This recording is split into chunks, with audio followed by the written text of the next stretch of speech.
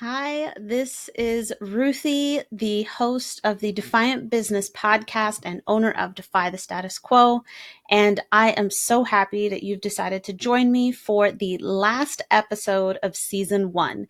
That's right, this is episode 30. Each season has 30 episodes in it. Can you believe that we're already here at 30 episodes?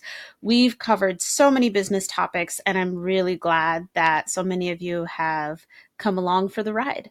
So today we are going to close this season with a talk about how to appeal to event sponsors. How did this topic come up? Well, I was exploring my options with a friend, and she mentioned that I could seek sponsors for my event to kind of help with the costs, because having an event can turn into something that's quite expensive. But I started thinking, why would another business pay to help me have, take care of some of my event costs? Nice. That's nice of them, but I mean, that's not business. It didn't really make sense. So I thought about it, and I know that M&T Bank sponsors, a lot of business events here in Baltimore, which is close to where I am. And so I reached out to Rosa Scharf, a small business banker with M&T, because she's given me such great information in the past. So I figured she'd be able to answer this question for me. And yes, I got so much great insight with her, talking with her and asking her what she looks for when she's looking at potentially sponsoring a small business or any type of business event, and what, sponsors in general would look for. So I just had to share it with you guys. So it's about, when you're approaching sponsors, it's about presenting it in a light that shows the sponsor what's in it for them. Why is it beneficial to them to sponsor your event?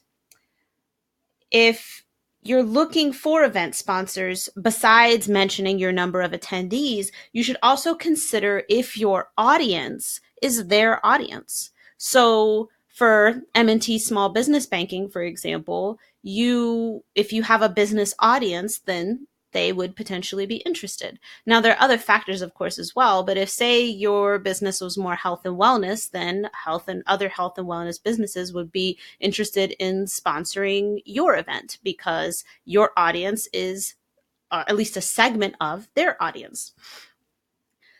Some of the things that you could offer to a sponsor include an opportunity to address the attendees at the beginning of the event. Hey, come to the event. We'll introduce you to the attendees, and you kind of get some face time there for your business.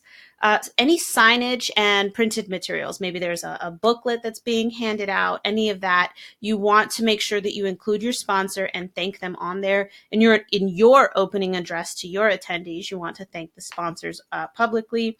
When you set up the event page on Eventbrite or on Facebook or wherever it is that you set it up, you want to include your sponsor there. And these are all things you can mention to the sponsor. Like, these will be places where you are added. And then another thing that you would consider doing as well is giving them access to the list of or give them access to the list of attendees, with their emails. Now, the flip side to this, and this is something I would recommend for the sponsors. So if you regularly sponsor events, don't just get the email list and spam people. What you want to do is have something of value to include in your email, something that people will be looking forward to receiving. So let's continue on with the health and wellness example. So perhaps one of the sponsors is a health and wellness food company, and you've put together a, fairly exclusive recipe book that you only send to the attendees of events that you sponsor, let's say. So this would be a product that you could reuse, but you say, so because, company X, will be sharing your contact information with us, we will be providing, this recipe book to you. What this does is it vastly increases the likelihood that someone will open that email and then they'll click, and then they'll read and interact with your content. And inside that content should definitely be a page about your business and about your company. So now they've clicked, and now they've opened the ebook, and they get an opportunity to learn a bit more about your business. They may never have heard of you before. You just never know.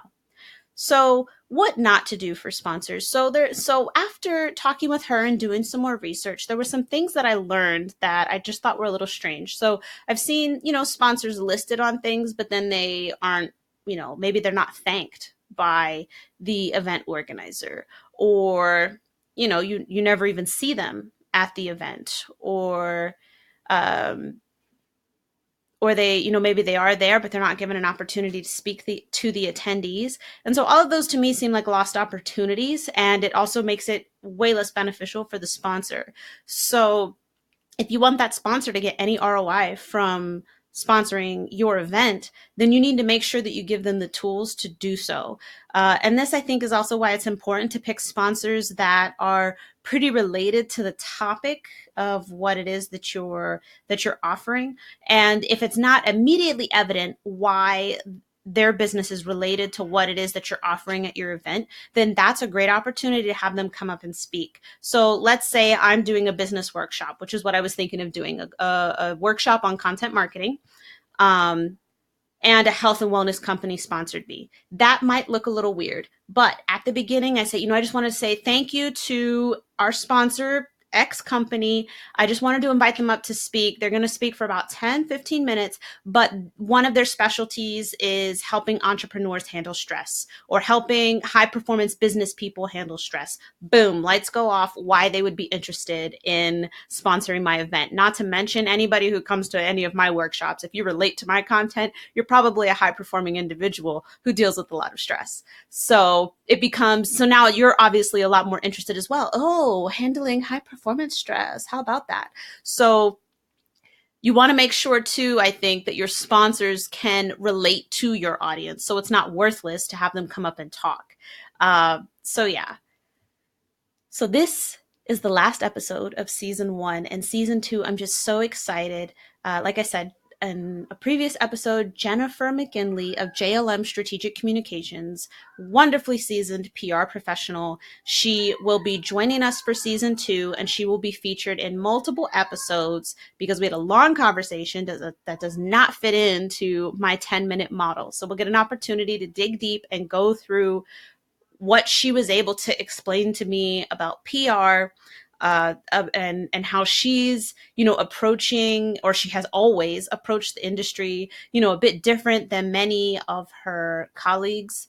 And we even talk about steps that you can take as a small business if you're not ready to hire a PR professional, but steps that you can take to better position yourself for when you are bringing in the money enough to hire a professional. But if you don't follow her yet, you should go find her on LinkedIn, Jennifer McGinley, on Twitter.